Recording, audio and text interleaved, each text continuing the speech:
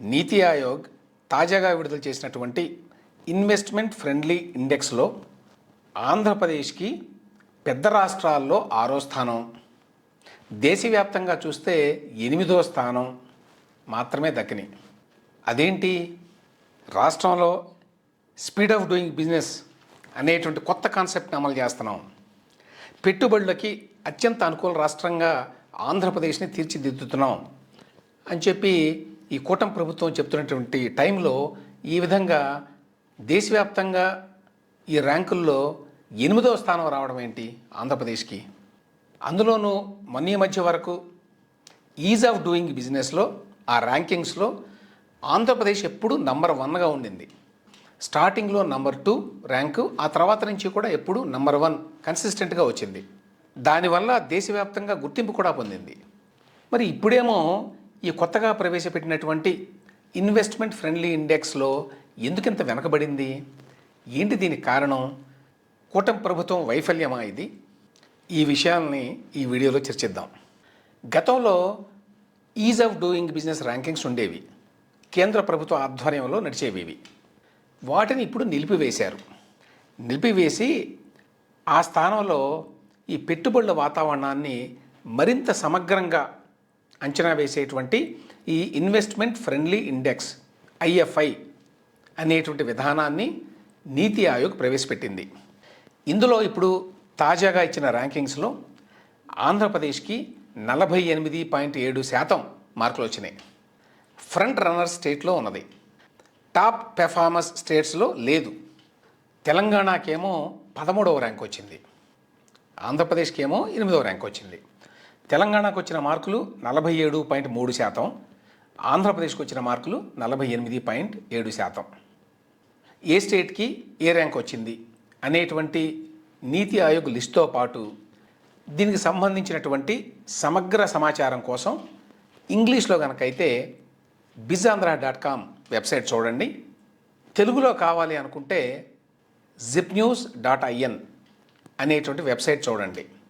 ఈ 2 వెబ్సైట్ల వివరాలు, వాటి లింకులు కింద డిస్క్రిప్షన్లో ఇస్తున్నాను. సో నీతి ఆయోగ్ ర్యాంకింగ్స్లో టాప్ పెర్ఫార్మర్స్ ఎవరంటే number 1 Gujarat, number 2 Maharashtra, number 3 Tamil Nadu, number 4 Goa, number 5 Odisha. వీటిని టాప్ పెర్ఫార్మర్స్ అన్నారు. ఇందులో ఆంధ్రప్రదేశ్ లేదు. అదేంటి ఒక్కసారిగా ఆంధ్రప్రదేశ్ స్థానం అట్లా పడిపోయిందా? ఈ మధ్య వరకు ఈజ్ ఆఫ్ డూయింగ్ బిజినెస్ ర్యాంకింగ్స్లో ఎప్పుడు టాప్ పెర్ఫార్మర్గా ఉన్నటువంటి ఆంధ్రప్రదేశ్ ఇవాళ ఈ ఇన్వెస్ట్మెంట్ ఫ్రెండ్లీ ఇండెక్స్లో 8వ స్థానానికి పడిపోవడం ఏంటి?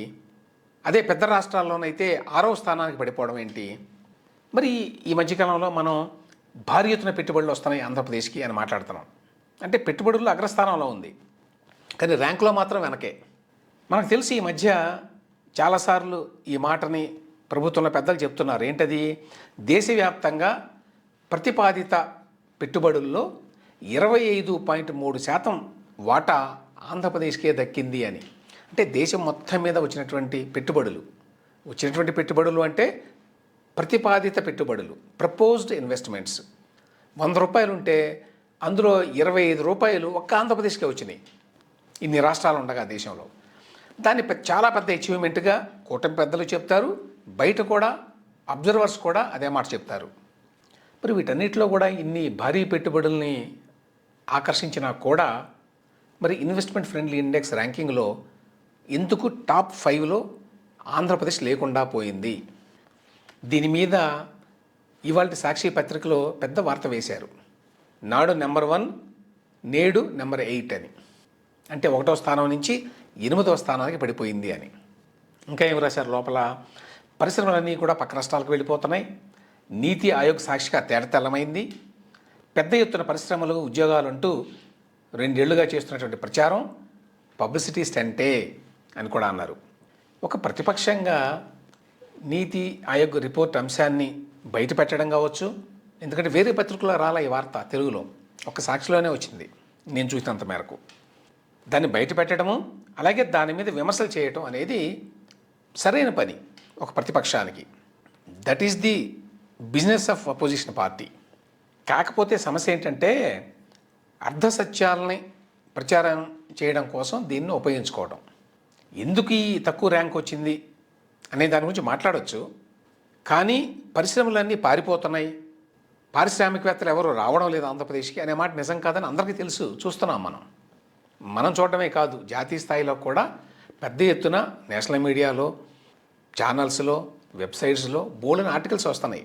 ఏ విధంగా ఆంధ్రప్రదేశ్ భారీ ఎత్తున లార్జ్ ఇన్వెస్ట్మెంట్స్ని అట్రాక్ట్ చేస్తోంది అని. అది పక్కన పెడితే మరి నిజంగానే నీతి ఆయోగ్ ఇండెక్స్లో ఎందుకు తక్కువ ర్యాంక్ వచ్చింది? ఈ ఇన్వెస్ట్మెంట్ ఫ్రెండ్లీ ఇండెక్స్ అనేటువంటి విధానాన్ని నీతి ఆయోగ్ వాళ్ళు, అంటే కేంద్ర ప్రభుత్వం, ఈ ఏడాది నుంచే ప్రవేశపెట్టింది. కేవలం అనుమతులు ఎంత ఫాస్ట్గా ఇచ్చారు అనే అంశం మాత్రమే కాకుండా మొత్తం 84 ఇండికేటర్స్ని, సూచికల్ని పరిగణలోకి తీసుకొని ఈ ర్యాంకింగ్లు ప్రవేశపెట్టారు. సో ఏమైంది ఏపీ విషయంలో? ఎందుకు మార్కులు తగ్గినాయి? నీతి ఆయోగ్ వాళ్ళ విశ్లేషణ ప్రకారం ప్రధానంగా రాష్ట్రం యొక్క ఆర్థిక పరిస్థితి విభాగంలో చాలా తక్కువ మార్కులు వచ్చినాయి. ఆర్థిక పరిస్థితి, ఫైనాన్షియల్ హెల్త్. ఎందుకు ఫైనాన్షియల్ హెల్త్ బాగాలేదు ఆంధ్రప్రదేశ్కి ఇన్ని పరిశ్రమలు వస్తున్నా కూడా? ఆబ్వియస్ రీజన్స్ ఏంటంటే భారీ ఎత్తున అప్పులు ఉండటం. ఎంతో కాలంగా, గత 10 ఏళ్లుగా మనకు తెలుసు కదా, అప్పులు పెరుగుతూ వస్తున్నాయి, కొండలాగా పేరుకుంటున్నాయి. అధికారికంగానేమో 6,36,000 కోట్ల రూపాయల అప్పు ఇప్పుడు ఆంధ్రప్రదేశ్కు ఉన్నది. అయితే మరొక 4 లక్షల కోట్ల రూపాయలకి పైగా అనధికారిక అప్పులు ఉన్నాయి. బడ్జెటేతర అప్పులు అంటారు వాటిని, ఆఫ్ బడ్జెట్ బారోయింగ్స్. సో ఆ రకంగా మొత్తంగా చూస్తే 10 లక్షల కోట్ల రూపాయలకి పైగా ఆంధ్రప్రదేశ్కి అప్పులు ఉన్నాయి. అదొక పెద్ద నెగటివ్ ఫ్యాక్టర్. రెండవది, అదే సమయంలో పెద్ద ఎత్తున సంక్షేమ వ్యయం, వెల్ఫేర్ పేరుతోటి బీభత్స భయానకంగా ఖర్చు పెడుతున్నారు. మరీ ముఖ్యంగా 2019 నుంచి, అంతకుముందు కూడా కొంత ఉన్నది, లేదని కాదు, కానీ 2019 నాటికి జగన్మోహన్ రెడ్డి గారు వచ్చే నాటికి ఏమైందంటే సంక్షేమమే పాలన అంటే అనే స్థాయికి తీసుకొచ్చారు. దాంతో ఎక్స్పెండిచర్ ఆన్ వెల్ఫేర్ అనేది విపరీతంగా పెరిగిపోయింది. అంటే కట్టలు తెంచుకొని వెళ్ళిపోయింది అది. దాని ఫలితంగా ఏమవుతుంది? ఆర్థిక వెసులుబాటు పరిమితం అవుతుంది. ఫైనాన్షియల్ ఫ్లెక్సిబిలిటీ అనేది రాష్ట్రానికి లేదు. మనకు తెలుసు కదా, ఏ వారానికి ఆ వారం ఇప్పుడు కూటమి ప్రభుత్వం కూడా అప్పులు తెచ్చుకుంటోంది. ఎవ్రీ వీక్ ఆర్బీఐలో వేలంలో పాల్గొంటుంది అప్పుల కోసం. అంటే ఫైనాన్షియల్ వెసులుబాటు లేదన్నమాట రాష్ట్రానికి. సో ఇవన్నీ కూడా రాష్ట్ర ర్యాంకుని ప్రభావితం చేసినాయి. అట్లాగే బిజినెస్ క్లైమేట్ విభాగంలో కూడా ఏపీకి 9వ స్థానం వచ్చింది. అదేంటి, బిజినెస్ క్లైమేట్ బ్రహ్మాండంగా ఉందని ఆంధ్రప్రదేశ్కి వచ్చినటువంటి పెద్ద పెద్ద పారిశ్రామికవేత్తలు కూడా చెప్తున్నారు. బయట ఢిల్లీలో కూడా చెప్తున్నారు, ముంబైలో కూడా చెప్తున్నారు. అయినా కూడా బిజినెస్ క్లైమేట్ విభాగంలో ఏపీకి 9వ స్థానం రావడం ఏంటి? దానికి కారణం ఏంటంటే వాళ్ళు ఇప్పటికిప్పుడు ఇవాటి పరిస్థితిని చూడలేదు. గత కొన్ని సంవత్సరాలుగా ఎట్లా ఉంది పరిస్థితి అనేది చాలా ఇంపార్టెంట్ ఎలిమెంట్ ఇందులో. ఆ రకంగా చూసినప్పుడు రాజధాని అమరావతికి సంబంధించి జరిగినటువంటి గందరగోళం, అదేవిధంగా ఇండస్ట్రియల్ పాలసీస్కి సంబంధించి ఒక సర్టనిటీ లేకపోవటం, ఒకటే విధానం లేకపోవడం, ఇవన్నీ కూడా ఈ విధాన స్థిరత్వం అంటారు, పాలసీ సర్టనిటీ, దాని మీద ప్రభావం చూపినాయి. దీనికి అంతటి కారణం ఎవరు? ఇంకెవరు? జగన్మోహన్ రెడ్డి గారు. ఆయన లెగసీ ఇది, ఆయన ప్రభుత్వ లెగసీ. అమరావతి మీద గందరగోళం జరగడానికి కారణం ఎవరు? జగన్మోహన్ రెడ్డి గారు. ఇండస్ట్రియల్ పాలసీలో కంటిన్యూటీ లేకుండా ఎవరు చేశారు? జగన్మోహన్ రెడ్డి గారు. కంటిన్యూటీ ఉంటే తెలంగాణలో లాగా, ఫర్ ఎగ్జాంపుల్ గుజరాత్లో లాగా, గుజరాత్ నంబర్ 1 ఎందుకు వచ్చింది? ఒకటేమో అక్కడ ఒకటే ప్రభుత్వం ఉంది, అందువల్ల పాలసీ కంటిన్యూటీ ఉంది. సో ఆ రకంగా జగన్మోహన్ రెడ్డి గారు అమరావతి విషయంలో కావచ్చు, పారిశ్రామిక విధానాల్లో కావచ్చు, ఆ కంటిన్యూటీ లేకుండా చేశారు. అంతకుముందు ప్రభుత్వం మొదలుపెట్టినటువంటి అనేక ప్రాజెక్టులు నిలిపేశారు. సో ఆ రకంగా పాలసీ కంటిన్యూటీ లేదు. దాని యొక్క ప్రభావం ఈ యొక్క ఇన్వెస్ట్మెంట్ ఫ్రెండ్లీ ఇండెక్స్ మీద పడింది. ఇవాల్టి రోజున ఏపీలో అనుకూల వాతావరణం ఉంది. నీతి ఆయోగ్ ఇండెక్స్లో ర్యాంకింగ్లు ఇవాల్టి రోజున ఉన్న పరిస్థితిని ప్రతిబింబించవు. అవి గత కొన్ని సంవత్సరాలుగా విధానాలు ఎట్లా ఉన్నాయి అనే వాటిని, ఆ ప్రమాణాలన్నింటినీ తీసుకుంటారు, ఆ ఇండికేటర్స్ అన్నింటినీ తీసుకుంటారు.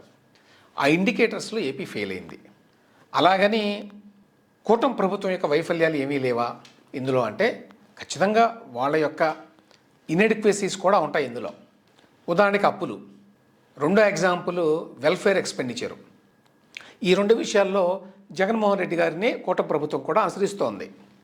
అయితే అదే సమయంలో ఇవాళ రోజున చాలా విషయాల్లో ఇన్వెస్ట్మెంట్ని అట్రాక్ట్ చేయడంలో ఏపీ చాలా ముందంజలో ఉంది అనే విషయాన్ని కూడా మనం మర్చిపోకూడదు. నీతి ఆయోగ్లో ఏ మాట కూడా రాశారు, ఇప్పుడు ఉన్నటువంటి ప్రభుత్వం ఆర్థిక క్రమశిక్షణ పెంచడానికి ప్రయత్నిస్తోంది. విధాన స్థిరత్వం అంటే పాలసీ కంటిన్యూటీ, పాలసీ సర్టనిటీ, దాన్ని కూడా పటిష్టం చేయాలి అనేటువంటి ప్రయత్నం జరుగుతోంది.